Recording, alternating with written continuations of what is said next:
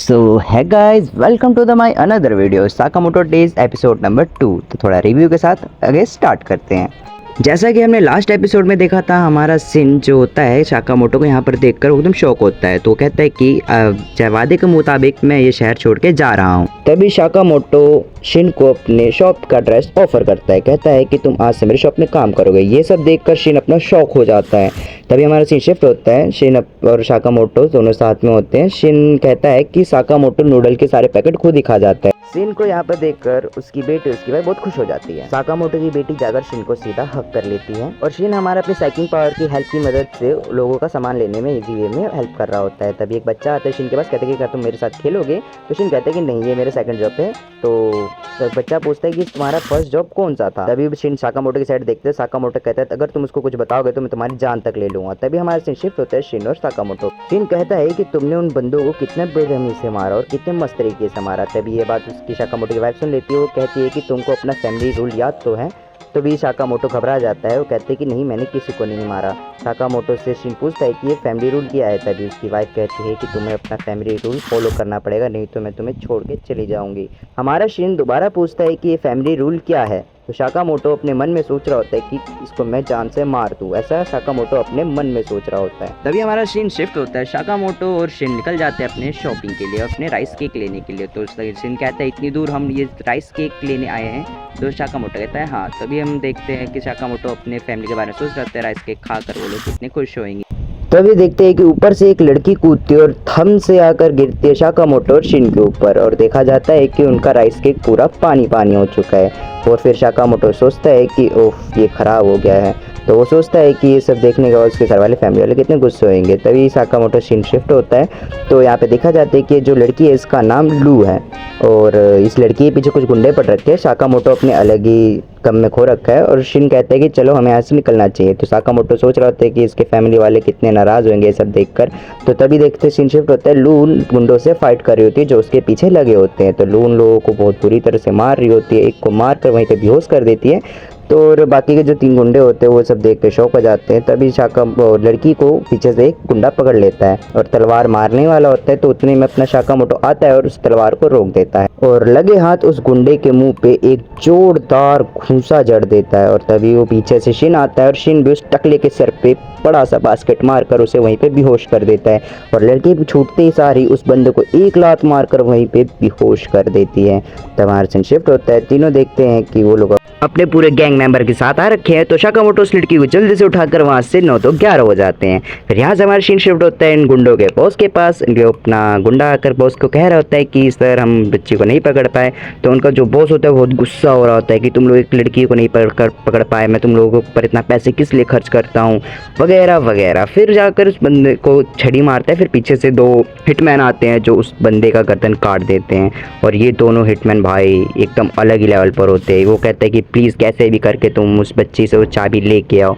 तो हिटमैन कहते हैं ज़रूर। तो फिर वहाँ पे वो सब बातचीत करने के बाद हमारा सीन शिफ्ट होता है। लू और शिन और साकामोटो तीनों यहाँ पे छत के ऊपर से भाग रहे होते हैं। तभी हमारा शिन लू से पूछता है कि तुम कौन हो और तुम्हारे पीछे इतने सारे बंदे क्यों पड़ रखे थे। हमारे शिन के बारे में पता चलता है कि इसका फैमिली बैकग्राउंड माफिया वाला है। तो तभी हमारी लू बताती है कि इस चाबी को प्रोटेक्ट करते हुए उसके पूरे फैमिली मेम्बर्स ख़त्म हो गए हैं। लू हमारी बेचारी बहुत उदास होकर ये सब बातें बता रही होती है। तभी हमारे साकामोटो को बोलता है कि हमें यहाँ से निकलना चाहिए और हमें वापस चलना चाहिए। तो तभी हमारा साकामोटो रुककर पूछता है शिन से कि क्या तुमको पैनकेक्स बनाने आते हैं? तो अपना शिन पूछता है ये कैसे क्वेश्चन कर रहा है? तो अपना साकामोटो कहता है कि हम लोग इसे यहीं पे रहकर इस लड़की को प्रोटेक्ट करेंगे। अपना शिन कहता है कि ये कौन सी बात हुई?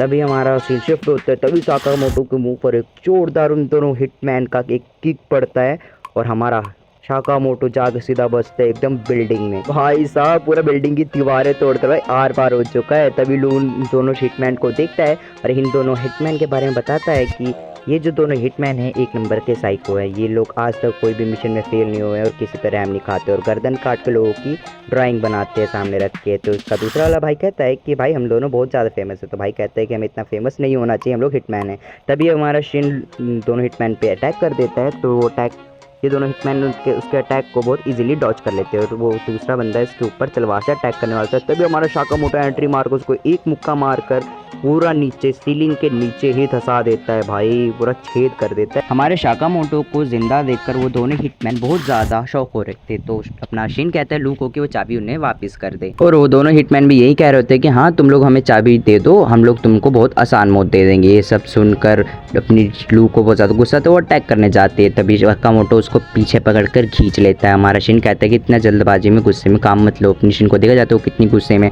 तभी उसके ऊपर एक हिटमैन अपनी तलवार से अटैक कर देता है। अपना साकामोटो उस तलवार को पकड़ कर तोड़ देता है, और वो लोग इस चीज़ को देख कर कहते हैं कि साकामोटो तुम बीच में होता हो। साकामोटो इनकी बातों से घंटा फर्क नहीं पड़ता भाई, और शिन भी ये सब देख के हैरान हो रही थी भाई अंदर है कौन। साकामोटो तभी सोच रहा होता है मन में कि वो एक बार अपनी बीवी के बर्थडे पार्टी में गया था एक प्यारा सा गिफ्ट लेकर, तो उसकी बीवी उसके गिफ्ट पर खून लगा हुआ देखकर कहती है कि मुझे इस गिफ्ट नहीं चाहिए जिसके ऊपर कोई खून का धब्बा लगा, और साकामोटो भी सोच में पड़ जाती है कि ये क्या क्या बोल रही है मुझे। तभी ये सब बातें सुनने के बाद वो नीचे कूद जाती है, और साकामोटो भी उसे बचाने के लिए नीचे बिल्डिंग से कूद जाता है। और शुक्र है कि उन दोनों को कुछ नहीं होता है क्योंकि नीचे बर्फ़ होता है। दोनों उठते हैं और साकामोटो की वाइफ उसको कहती है कि तुमको डर लगा कि मैं मर गई तो तुमको मेरी बहुत याद आएगी, उसको ही प्यार कहते हैं। साकामोटो भी ये सुनकर बहुत थोड़ा इमोशनल होकर और वादा करता है कि वो आज के बाद किसी की भी जान नहीं लेगा, और उसकी वाइफ कहती है कि हाँ तुम किसी की जान मत लेना, और जो ज़रूरतमंद होगा उसकी मदद हमेशा।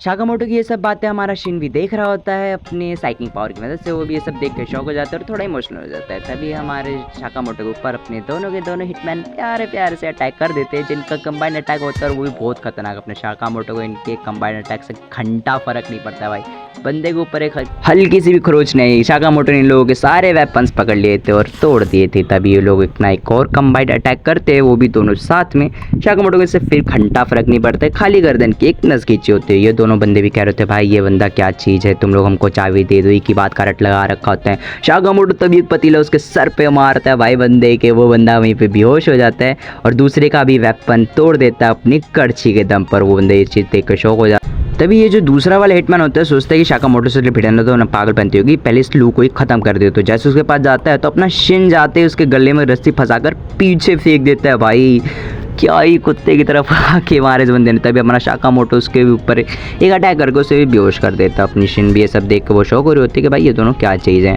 फिर वो साकामोटो से पूछते हैं कि भाई तुम कौन हो, तो ये लोग कहते हैं कि हम लोग एक नॉर्मल से जनरल स्टोर पे काम करते हैं। ये सब सुनने के बाद अपनी लू भी थोड़ी शौक हो जाती है और हंसने लग जाती है। हमारा शिन शिफ्ट होता है अपने बॉस के ऊपर। तभी वहाँ पे एंट्री होती है साकामोटो, शिन और लू की, और वहाँ पे उनको देखकर अपना बॉस बहुत घबरा जाता है। और तभी हमारी लू उसके गर्दन पे तलवार रखती है, उसको जान से मारती तो नहीं है पर उसको पीट के बुरा हाल कर देती है भाई, लोग देख सकते हो भाई। चलो फिर आज के लिए इतना ही, अब मिलते हैं नेक्स्ट वीडियो में, तब तक के लिए बाय बाय। और वीडियो को लाइक और चैनल को सब्सक्राइब कर दो यार, अब ये मेरा सेकंड वीडियो है।